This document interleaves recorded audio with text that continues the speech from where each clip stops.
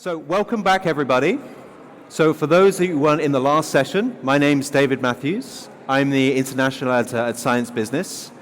And I'm going to be moderating this session on if and how Europe could create its own kind of ARPA-like body. Basically, I've been covering this issue for a number of months. It's been floated in several big reports. So the Draghi reports wanted more kind of DARPA or ARPA-like organization in EU funding mechanisms. The Heitor reports then echoed this call.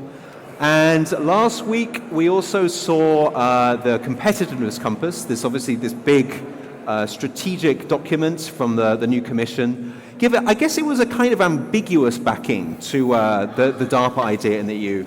So the competitiveness compass says that the work begun by the European Innovation Council to support scale-up by high-risk companies should continue with increased risk-taking inspired by elements of the DARPA model. So slightly, some backing there for a kind of European DARPA, but it's a little bit ambiguous. So in this session, we're going to discuss, what is the ARPA model? And can Europe recreate it? And is that even a good idea? So I've got a really interesting panel for you. Some from innovation agencies, some from the US who can give us, who have worked with DARPA. So I'll introduce them all. So we have Paul J. Corson, who is Chief Innovation and Entrepreneurship Officer at the University of Texas at Arlington. We have Samira Nick, who is Program Manager for Quantum Tech and Electronics at the European Innovation Council. We have Andreas Zabi, who is Innovation Manager at Sprint, which is the German, relatively new German innovation agency, which takes some ARPA-like elements. We have Jose Moises Martin Carreto, who is Director General at the Center of Development of Industrial Technology in Spain. And we'll talk about this later, but you're going to try and introduce some kind of Sprint ARPA dynamics into your own organization. And we also have Federico Mena, who is Chief Executive Officer at EIT Digital, so also extremely relevant in this debate. So I will kick off with the one US representative on our panel who has worked with DARPA. What is it? What's the model here? What makes it different? Well, thank you. And it's fascinating to think about that in context and in relation to all the conversations that are being had here. DARPA is a very special agency. It has incredible independence. It is very small. And it's been around for almost 70 years. It's where things like GPS were created, stealth technology, microelectronic mechanical systems. Many of the foundational innovative technologies that are integrated in everything we use today largely came out of DARPA. And I think that's one of the things to consider when Europe talks about, do we want an ARPA-style organization? What does that truly mean? ARPA is looking at technologies that don't exist. They're looking at use cases.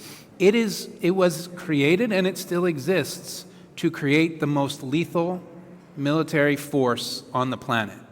In 1958, the United States was surprised by the Sputnik moment. And Eisenhower said, we need to centralize and have an organization that will prevent us from ever being surprised again militarily. The US military was actually against it. They didn't want it. And the idea actually came from a Procter & Gamble marketing manager. And it was all about use-inspired research. But use-inspired research thinking over the horizon. And so there were instances where the military wanted a supersonic plane to outrun Soviet missiles.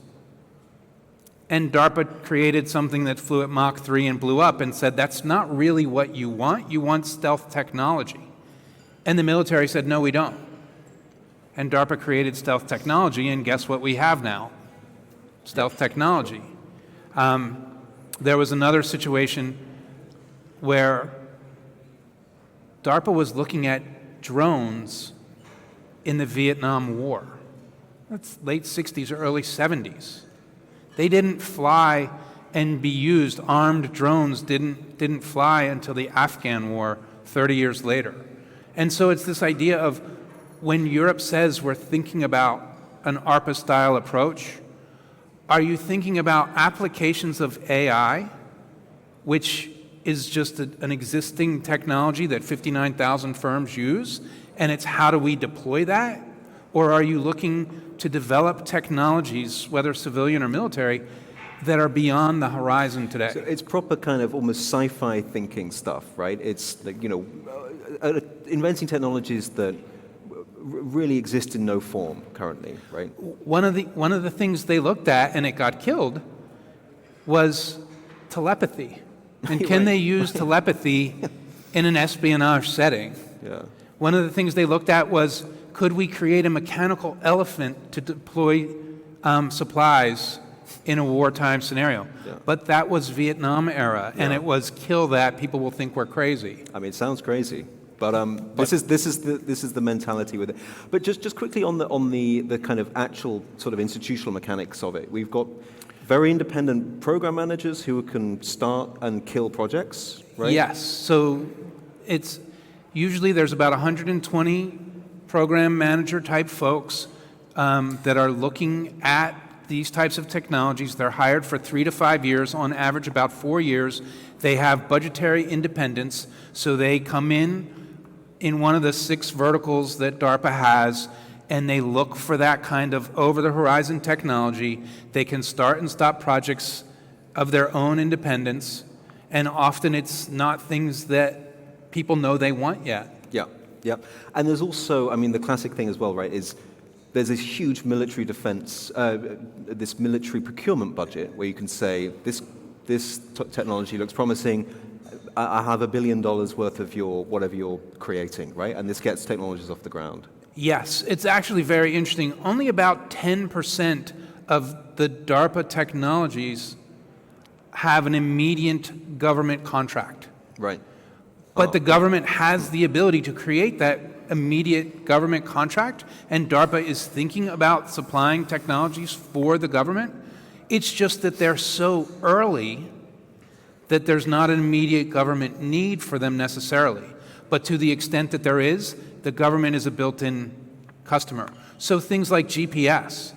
GPS created at DARPA, there was no civilian use. The military eventually used it as a targeting mechanism, and it was only in the 90s when Europe and others were thinking about, creating their own GPS system that Clinton said, okay, we'll make this available civilian-wise. Okay, that's great, Paul. Thank you. I hopefully you've got a decent sense of what this organization is and why it has been historically successful. Samira, you work as a program manager at the EIC, which is the organization which, the competitiveness compass and various reports think should be more kind of ARPA or DARPA-like. You've listened to Paul say, DARPA program managers have complete independence to back new technologies, kill them off if they're not working, really think in an incredibly blue skies way about what technologies might be useful. What's your experience? Does this match up to what you can do at the EIC at the moment? Well, it has some similarities, but not really fully the same image.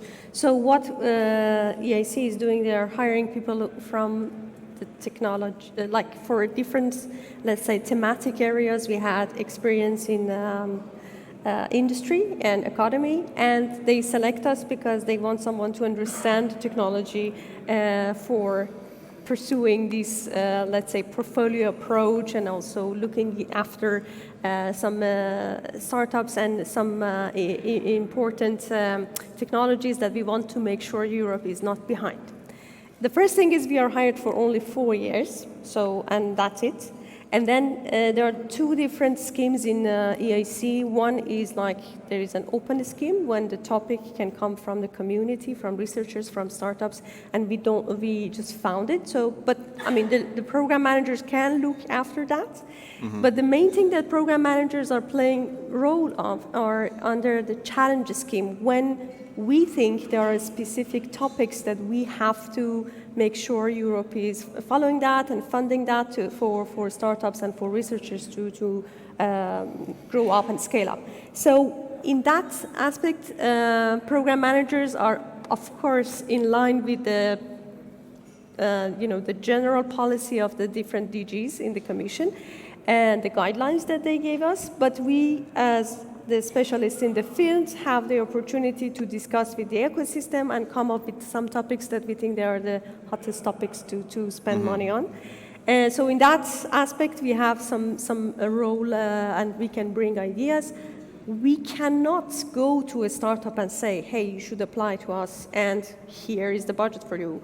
But we openly, of course, go to different events and conferences and try to advertise the calls and challenges that we have and encourage startups and researchers to apply to us. But we can kill the projects, yes, as a program manager in EIC. If we see, together with the other, of course, people that are involved, we can highlight the point that, okay, this project doesn't go anywhere and we can kill it.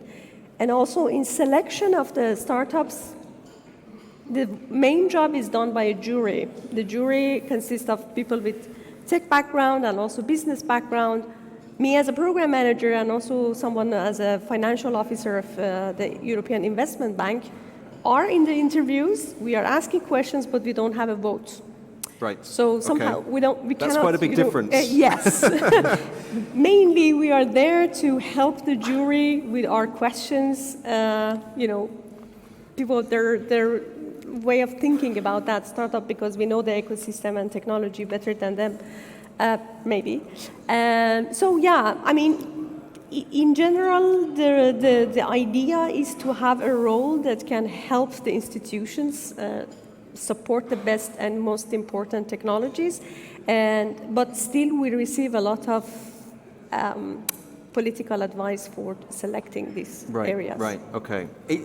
Put it this way, it doesn't sound like you have the freedom to ask people to create mechanical elephants. No. Right, okay. If they come to us... Or something that will actually work. Yeah, but if people come to us by themselves, as under the open approach, they go through the same evaluation steps, and they might be selected. You never know. Okay. So you have some independence, but it sounds like it's quite a lot short of a DARPA program manager, right? Right. Andreas, I'll turn to you. Now, Sprint, as I mentioned, it's been going for 5 years now, and it has some ARPA-y elements in, I would say. Attempt to get money out the door very quickly, that kind of thing, very short application forms, this kind of thing. You just had your 5-year assessments, and I spoke to some of the assessors, this independent assessment that was commissioned by the German government. They say it's basically too early to tell whether you are actually backing breakthrough technologies yet. 5 years is not really long enough. But they do say that it has created a very, very distinctive culture, right? That is completely different from the existing funding agencies in Berlin and Bonn. Now, if we think that that is important, if Europe wants to create an ARPA of its own, how do you do that? Well, I agree that you could say Sprint, the Federal Agency for Breakthrough Innovation, is innovation in and of itself, because we're such a new structure in the German innovation ecosystem. And I think this is really important. I think it will be very challenging on the EU level to create anything ARPA-like if we try to morph existing institutions into it. Right. So in the United States, we had entirely new organizations. Back in the 50s, the DARPA. Then under the Obama administration, we had ARPA-E for energy. And then under the Biden administration, we had ARPA-H for health. And they were new structures. And we did the same, and this is probably a blueprint that we took, admittedly, from the United States. We started this new organization. And this was important to us because we needed a new mindset, we needed a new legal framework, and we needed a new type of people in the organization.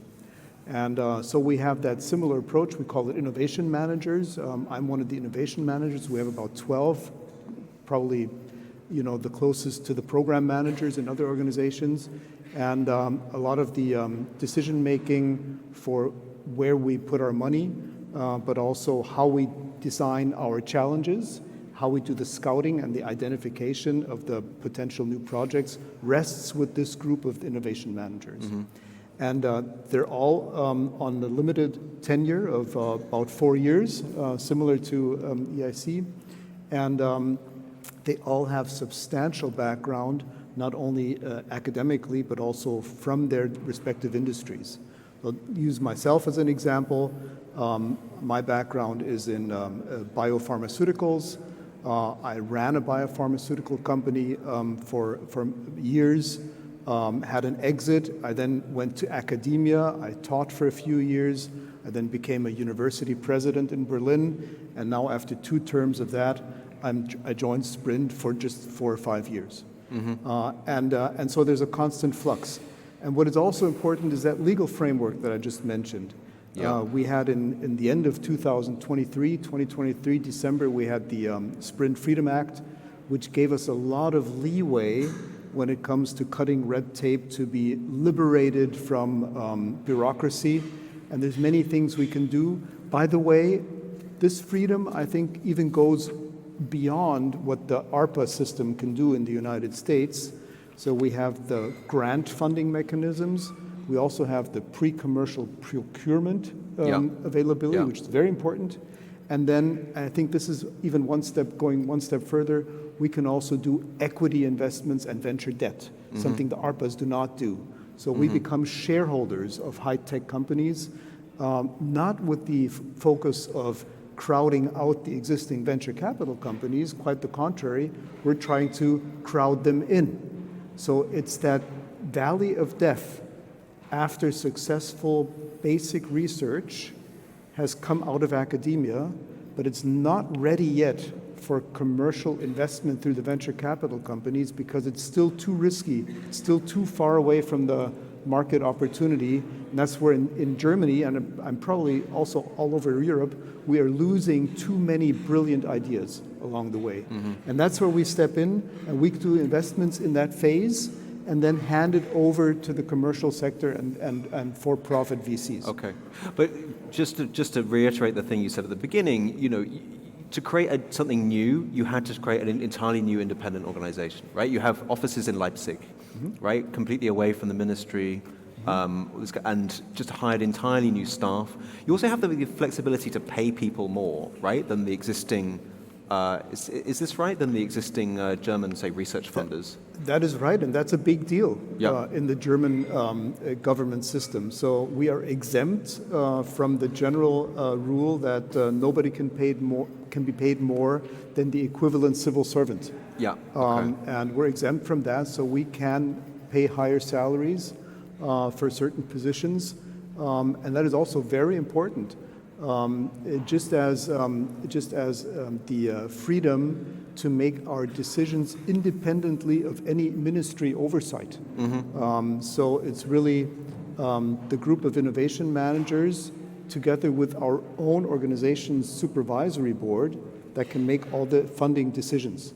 Mm-hmm. And we don't have to run back to the ministry to get permission, which would be the normal way in Germany at least, and probably many other European countries as well. Okay, so something entirely new and separate is required in your view. This doesn't. I mean, an EIC board member once described it as the European Commission with a purple logo to me. So we can come back to this, Samira. So in your view, we need to go further than just sort of having the EIC model as it is at the moment, perhaps. Jose, if we could turn to you. Now, when we spoke prior to this, I think one of the things you emphasized was that just setting up an agency, innovations agency, isn't going to be enough. That it fits into a broader ecosystem. Yes. Right? That feeds ideas, people, money into these agencies. Yes. So what needs to change around there if you're going to have a sort of successful ecosystem for a European ARPA-like organization? Well, I think we think that when we talk about to create a new structure like DARPA in Europe, we have to take into account that the ecosystem is quite different from the US ecosystem. So We can identify different fragmentation that are relevant in Europe, and maybe they are not relevant in the United States. For instance, geography. We are not the same country. So we have different laws, we have different structures all around Europe. First point. Second point, the fragmentation between the universities and the industry is not the same in the United States like in Europe. So we have a problem there. And the third element is the fragmentation in the markets. So it's very difficult to scale up in Europe because the markets are so fragmented. It's not the case in the United States. But of all of these, for me, the most relevant characteristic or benefit from the DARPA model is, for sure, it's good to have a very good independent management system and this kind of talented people in the agency. But at the end of the day, the most differential feature for DARPA is the transfer of technology to the DoD. There is a DARPA because there is a Department of Defense, which is buying this 10%. Yeah. It's this procurement, right? Yes, this is the procurement. Earlier, yeah. So we don't have a clear and a structured procurement for technology at European level. So at the end of the day, demand matters. And it's not only a question of generating supply of technology, so who is going to buy this technology, who is going to generate this demand. Just to give you two or three data that are relevant. The European Union, the public procurement in the European Union is around 40% of GDP, which is 14% of GDP. 14%, which is a huge amount of money. 60% of this procurement is only based on price. That means that we have a problem there. So it's very difficult for the governments to buy technology, to buy innovation, if the price is the most relevant factor in order to choose. And I am sure, I don't know, but I am sure that in the Department of Defense it's not in that way. I am really, really sure. So we have a problem there. Yeah, and the second problem is that how to create a pan-European procurement, technology procurement system, like the DoD is in the United States. And we have a problem of the fragmentation of the markets as well. So the public procurement at this moment is like a national public policy tool. So the governments are using public procurement at national level. Yeah. And this is not... This is in the US, you mean? Sorry? This is in the US, you mean? This is in the European Union. Oh, I see what you mean, okay. For sure. Yeah, okay. So Spain and France and Italy and Germany and Czech Republic are using their public procurement system as a national public policy. And in that way, it's very difficult to scale up this technology because the markets are so small for that. So we need maybe to think about a new model of public technology procurement in the European Union. We have experiences. For instance, the CERN is a public procurement system for technology at European level. The European Space Agency is the same. So the ITER, the fusion reactor. So we have different programs that can work in that way, but we need this at a pan-European level with different technologies, not only with that. Okay, interesting. Yeah, so there are these success stories in Europe of collective procurement, right? But they're quite, they focus more on things like CERN, like research infrastructure, or you mentioned ITER, I remember as well. This was, so it can be done, it's just been kind of focused on, not sort of late stage innovation or anything like this. It's more kind of the scientific infrastructure. I think that it can be done. Yeah, okay. I think it can be done. You mentioned the Sputnik moment in the United States. We are living a Sputnik moment every week in Europe. So we have the possibilities and we have the chance to take these decisions at this moment. Just to think that the creation of the agency is not enough. We have to generate this ecosystem at pan-European level. This is the reason why I think that the letter report is even more important than the Draghi report, because they are looking at this point. But just one last question, though. Okay, there are all these things that need to be changed about the European ecosystem, so it would mimic the US system and you could have a successful agency like this. Is it then not worth setting up a kind of an ARPA-esque organization at the EU level before you fix those things? Or could it still work even though there are all these supports that are still needed? Is this, what do you think? My point of view is that we have to think a little bit of the reform of the public procurement at European level, just to guarantee that the people is going to use other factors rather than the price. This is a standard, to create a new standard for all the European procurement. Yeah. And the second one is that maybe the European Commission or a pan-European body can play this role, maybe in specific areas like defense, like energy, like digitals, like AI. I know that there is people who is asking for a CERN for AI, or why not? So we can generate this structure just to generate this demand pool of the technology and can complement the European Innovation Council in a proper way. Okay, thank you. Federico, we also talked about this, this broader ecosystem problem, right? And this is something that EIT does a lot of work on. So yeah, what are your views on how we can kind of strengthen the funnel that we could create to a sort of ARPA-like organization in Europe? Yeah, indeed. My idea is we don't need a ARPA-like in Europe as such. We can learn a lot. We can learn a lot for sure. We have to learn from the US. At the same time, if you just implement an ARPA in Europe with our current ecosystem, this would not lead to the same result. I second a lot what Jose said as well. I think also I don't think the issue in Europe is about research and technology. If you look at technology, we produce as much great technology as other parts of the world. On quantum, I think we are leading the way. But that doesn't mean that in 5 or 10 years, the next quantum champions will be European companies. So in my view, the issue is to build an ecosystem around what we already have for allowing our researchers, our talents to stay in Europe and build successful companies that are born in Europe with European technology. Okay. And this would also allow us to attract the talents that we need, of course. We cannot do everything only in Europe. So, and we have the EIC, I represent the EIT, and the two instruments work well together because on our side we have this ecosystem. We work in every corner of Europe to spot the excellence we have, to find the talents, and we help them along the journey through the Valley of Death, as was mentioned before. And I think that's the key in my view, not building just a new agency. Right, okay. So this question of financing comes up again and again at this conference, and yeah, it sounds like that's the main stumbling block in your view at the moment. Yeah, true. At the same time, something we should also learn from US is having the private sector with more skin in the game. You know, President Trump just announced the Stargate initiative, $500 billion. Okay, we will see if that's true.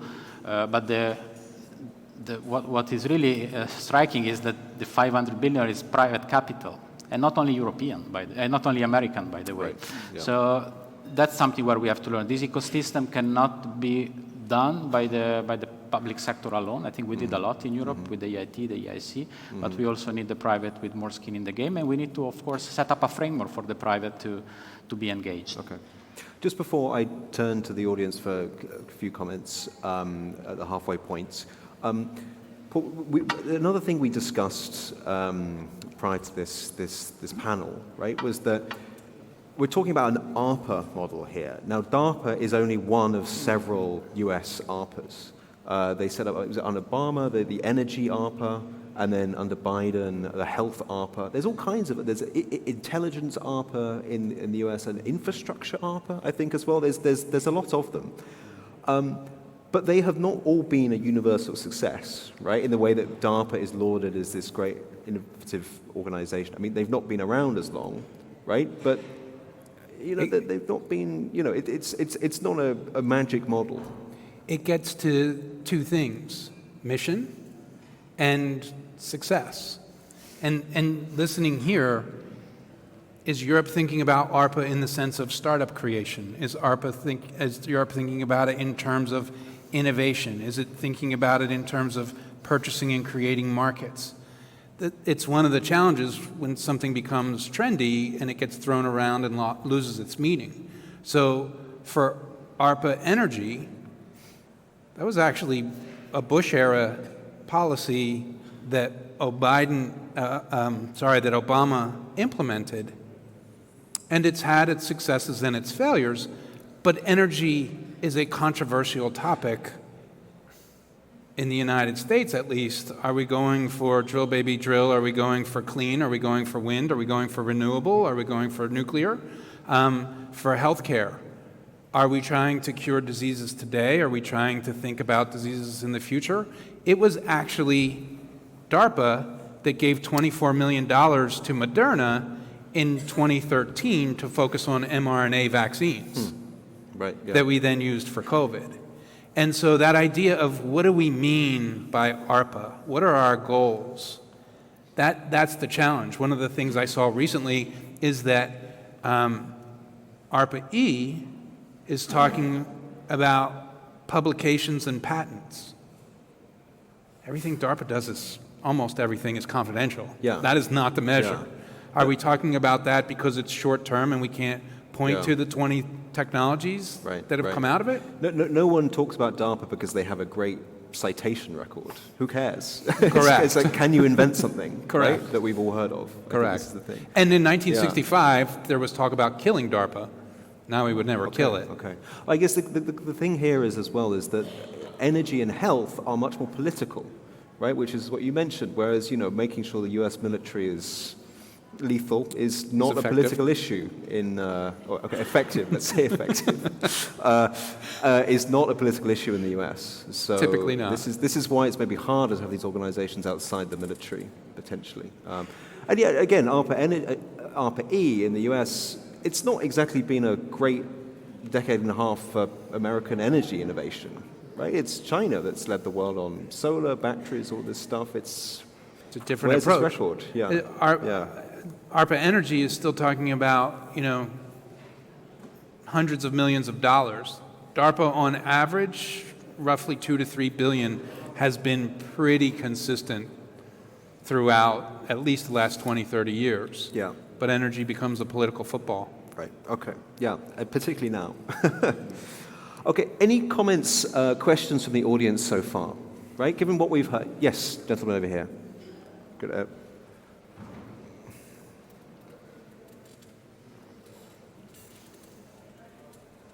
Thank you. This is Pablo Tello from CERN. So my first comment is that institutions and organizations like CERN and many other research infrastructures, ESRF, etc., prove that if in Europe we want, we do it. And let's focus not on the problems and roadblocks, let's focus on doing things.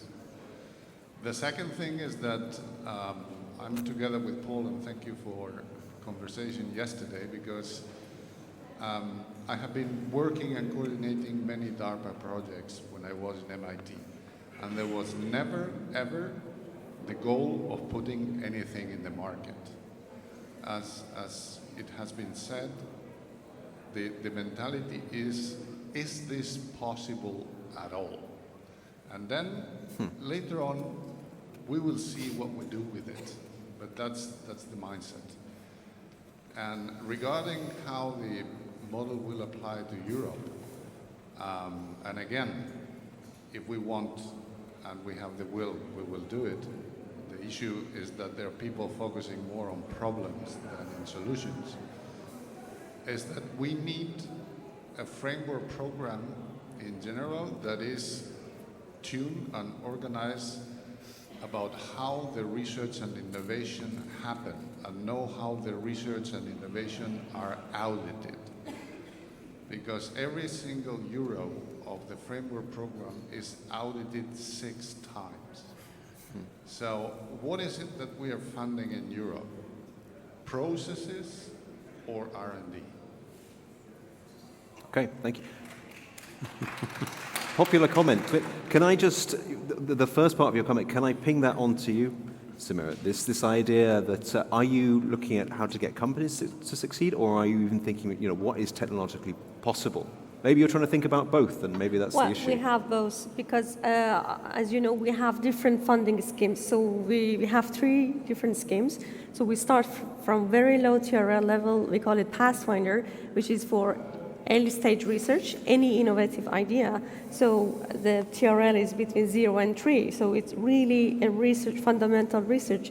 But the difference that we have under EIC with the other parts of Horizon Europe is that we are always looking into the elements of marketability, like somehow encouraging the researchers when they write a proposal look into the final application as well, because we don't want to have just very good research ideas that will stay on a shelf. We want them to develop as a technology, a service, or a process, or so on. And then we move to another stage, we call it transition, but it's a higher TRL, 3 to 5, that we are looking into, okay, there was an idea, there was already a research that happened in Horizon 2020 or something, it reached to a certain level. Let's push it forward to come to make a, let's say, proof of concepts or something like that to make sure that still we are using these ideas. And then the latest stage is for startups and SMEs that we really look into them to scale up. So we are covering all of them. I don't think we just focus on one of them. And I think another aspect that was mentioned before, what EIC is trying to do also is to push the industry and the governments to have public procurement for the startups. And this is what is happening also in EuroHPC or EuroQCI, at least for quantum. I can say that this is the way some of our quantum startups manage to sell their first, quantum computer or their first communication systems to governments or local, organizations because there was a public place for them. So we are looking in both ways. Okay. Okay, so that's interesting. So you're trying to do a lot, basically. This is technology and getting things into the market, right? Yeah. And this is quite a broad mission to fulfill. But there are the rumblings of public pan-European procurement that might help things get off the ground, which is encouraging to hear. Okay. Yeah. But sorry, if I may add, I think still what is really a big struggle is to get the big industries in Europe involved in understanding that they have to be involved in deep tech, in investing in deep tech as well.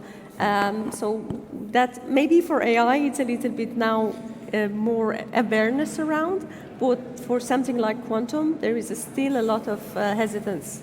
Okay, thank you.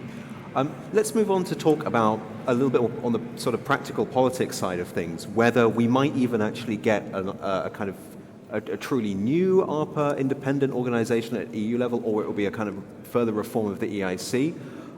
Andreas, if we can turn to you, you speak to German lawmakers quite a lot at Sprint. You have pretty broad backing.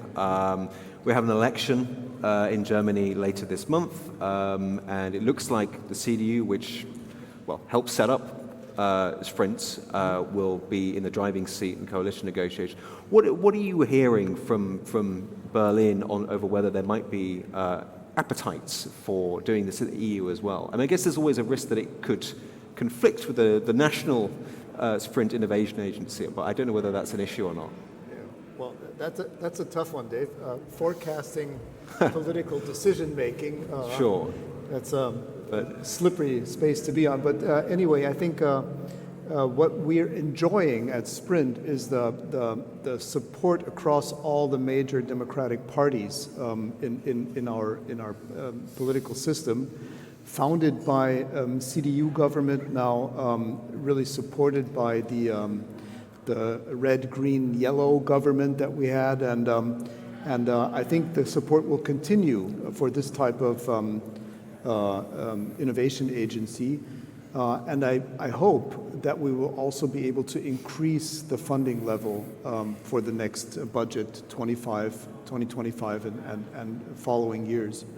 But on the other hand, there's also a consensus that I can feel from my talks with the lawmakers in Germany is that they realize we need this at the European level as well. I don't think that a national innovation ecosystem within the European Union would be able to play the catch-up game that we have with other parts of the world, the US and China.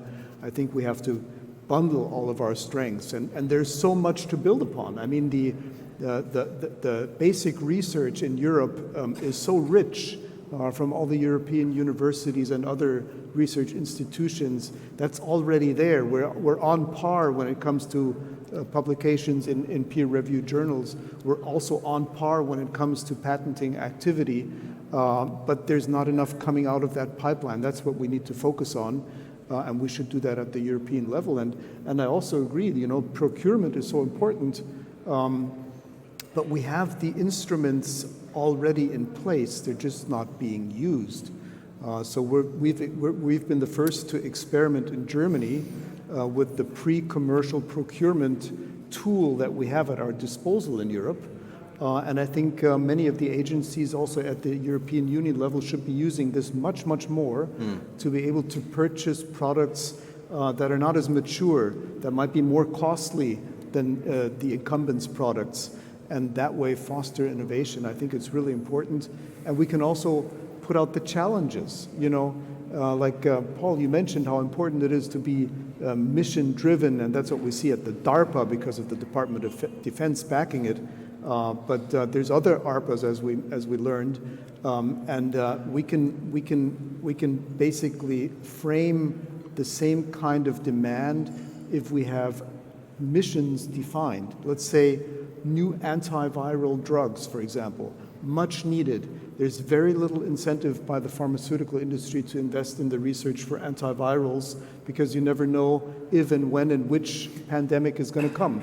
So why don't we set up advanced market commitments at the European level, make sure we incentivize startups to transfer the technology from academia because the research is there. It's just nobody commercializing it. And the government could use these instruments, pre-commercial procurement and also advanced market commitments, to foster that system. The pre-commercial Sprint, you've sort of almost discovered this quite obscure European funding instrument, right, which you can actually use, but no one really does across Europe. But Sprint has started to use this in order to buy, early stage technologies from the public purse and not need to just make decisions based on price, right? And no one really knows about it. It's this quite obscure thing, but you've sort of picked it up and used it. Yeah, we use it all the time for our challenges, and we're running our 10th challenge right now, where the innovation managers come together and we define a challenge. Let's say we have one running right now for distributed AI systems that are hardware independent and can be run in a distributed setting, reducing the need for the huge capacity learning. And so we put out these challenges, and then teams from all over Germany and also from other parts of Europe can apply. And we fund across Europe, by the way. And then we select maybe 10 or so, and they enter into this challenge, and that is already pre-commercial procurement because it's not a grant. Right. So they get this money for basically a report that they provide to us at each milestone, and the innovation managers have the power to kick the non-performers out. If something doesn't work, they're out, and we focus the money in like a funnel onto the teams that are performing and hitting the milestones, and at the end we could have some graduates. And this winners. is not possible with normal grant funding, basically. No, because this is all the bureaucracy that we're all being pulled down by, is this grant funding mechanisms that are extremely long time to money. So we all know this from our own experience in Europe. Nobody even raises an eyebrow if it takes you 1 or 1.5 years to get your money in a granting mechanism. That's almost like a given. But that is unacceptable. And at DARPA, we have 120-day goal. And with our latest challenge at Sprint, we're now down to 14 days. Okay? So we put out the call, and the winners have the money in the bank 14 days later. That's the speed we need in deep tech. I was in a session yesterday when one of our workshops, and someone suggested that Horizon Europe grants we could really think radically and go down to 3 months. And it was sort of laughed out of the room. This is the level of ambition, or lack of ambition at the moment. Just one thing to pick up on. You said that there might be support in Germany for creating a kind of EU ARPA. But what's form that would take? A reformed EIC, an independent organization. What I hear from the politicians I've been talking to, members of the Bundestag, is that if we establish something like this, it's got to be independent. Right. And it's got to focus on excellence and science and the potential for breakthrough only. Okay, and none of the proportionalities of so much money has to go there and so much money has to go there and everybody's got to get some of it. If that's the way we're going to set it up, then I don't think there's going to be political support. Okay, interesting. Jose, you've been itching to say something. I'm sorry, I'll come to you now. Yes. Just to put to into that point, in Spain we have also a pre-commercial purchasing program, which in the last 3 years we have spent around almost 300 million euros in deep science and deep technology programs, quantum communication, rockets, artificial intelligence, and so on. So we are taking advantage of your experience. But at the end of the day, and this is my point, at the end of the day we have the problem. We are funding the prototypes, it's pre-commercial. Who is going to buy the products? And we need to increase the level of ambition of our public authorities in order to create this procurement in a proper way. Right, okay. But I mean, you know, you heard this pre-commercial procurement tool, right? Have you heard of this in Spain? Is this being used? Is this being... Yes. Oh, okay, it is being used, okay. Yes, okay. we are doing so. Okay. We are doing so at this moment. Okay, great. Yeah, I mean, Samira, if I could just come back to you. You know, Andreas mentioned that there would maybe not be support for an organization unless it's fully independent. Can you just, you know, give us a sense of to what extent is the EIC independent of the European Commission? How are these things intermeshed? Where do they have control, and where do you have independence? Well, we are an executive agency of the European Commission, so we are not independent of the European Commission. We have 5 parent DGs. Our main DGs are RTD and Connect and Grow, and so we are there to execute the policy that is coming from the DGs. So I can't say that we are independent at all in the way that you explained. But of course, there is this possibility to bring up the ideas, like me and my 10 other colleagues that are like program managers in different thematic areas, to bring forward some ideas that we think it needs attention. It needs the European attention to spend money on them or invest in the startups that are working in that area. And also we get a lot of this help of experts in these areas that are we try to absorb their ideas and also present it. One of the parts of my job is actually to feed back to policy. So collecting these ideas and present it to the policymakers so that they can also have a vision when they decide. But we are an executive agency of the Commission in the end. Yeah. Right, okay. So it's not independent? No. Yeah, exactly. I mean, this could go back to what you were saying, Paul, about, the reason DARPA has been quite successful is because there hasn't been constant, different political winds blow hither and thither, and you have interference in what projects you want to pursue. Exactly. With ARPA-H, the newest one, there wasn't consensus whether it should report to HHS, Health and Human Services, which is a cabinet department, or NIH. Mm-hmm. And so when you mix your mission and you mix your goals, it's hard to have the breakthrough impact. You can have a lot of other benefits, and that's where it gets to what actually are we trying to do? Mm-hmm. And that seems, from an outsider's view, in Europe, that seems to be part of the debate. Is it for startups? Is it for economic development? Is it for technology development? Is it for solving a grand challenge? Right. And I guess the question is, could Europe decide on a focused enough goal for this agency to actually carry out? And, right? and that's simply going beyond the concept of is it ARPA or is it not ARPA? Yeah. One of the things I like to say is I'm so ignorant. I'm a Russian studies major. I don't know anything about business. I don't know anything about startups, nothing about research. I'm too ignorant to know there's a box. And one of the questions I might have for Europe is, do you create a box saying do we need ARPA, and then think only inside that box? Okay. Federico, would you like to come in here on any of these issues? I mean, I know when we were talking, you really stressed the need for Europe to decide what it wants to bet big on, right? It's not going to be good at everything. But how does that then fit with a, this is a pretty common view, right? Europe needs to decide what it actually wants to lead in. But then if you hand over, you sort of relinquish political control over an agency, then you can't say, oh, we actually need to stay on top in the automobile industry, for example. This is something that you would have to give up control over, and this could be tricky. Yeah, true. I mean, if we want to gain competitiveness, or regain competitiveness, we cannot think that all of a sudden we will go back and be competitive again across the board.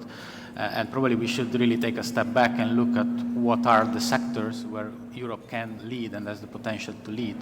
We may need to drop something, but we need to be realistic. Maybe the cloud, we need to buy it from other places. It's just a random example.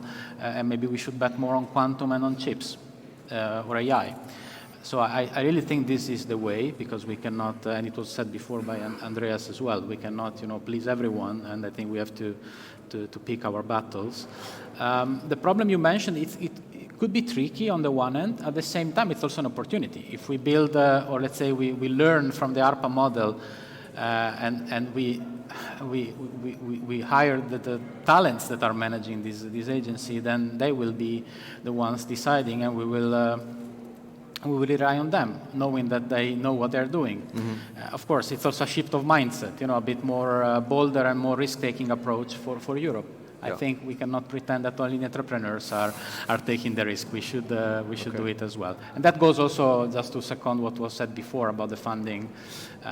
For example, what we do for our startup programs, since 2 years ago, we started pre-financing everything to the startups.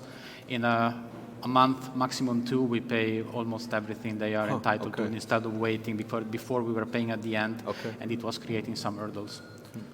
Okay, thank you. That's really interesting. We have a few minutes left. Are there any other comments, questions, outrageous ideas from the floor here? Yes, gentleman over here. Hi, hello. I'm Joachim Garnienard. I'm with a French research and technology organization called CEA. And I have a question which is mostly directed at the lady from the EIC, but everyone can answer. My question is this. We've talked a lot about how Europe should go from its current model towards an ARPA-like model, but I'm not quite sure what this implicates aside giving more independence to program managers. I mean, if we give more independence to our program managers, and then the EIC is not policy-driven, but only disruptiveness-driven, and then disruptiveness becomes the only criteria, will everything work out then? Is it the only thing to do? Or are there only issues, other issues to tackle aside from this program manager's independence? Thank you. Okay, that's a really interesting point. So is it just about giving program managers more independence, or are there other changes you could potentially see in the EIC as well, Samira? What's your view? I don't think it's only about the program managers, for sure, having more independence. It can be an element, but I think the issues that we are seeing in what we are trying to do in EIC to bring these disruptive ideas to market and then scale them up, another big elephant in the room is the budget and the investment. That we do what we can as a public, organization with the tax money, but then the big tickets that the other startups, for instance, in US can get, we can never provide them in Europe.